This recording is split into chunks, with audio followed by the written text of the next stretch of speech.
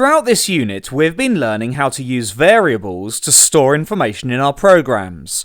The use of variables can, however, make debugging broken programs more difficult, since the value of these variables can change, so it's not always obvious what their value is. One way of making debugging simpler is to ensure the value of any variables being used is shown on the stage. Ticking the checkbox beside each variable will show it. Take a look at the cat control game on your screen.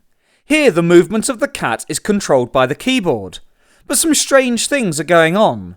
For example, he's not turning right at all, and he seems to be slowing down and then going backwards. All these bugs are to do with how the variables are being set and used.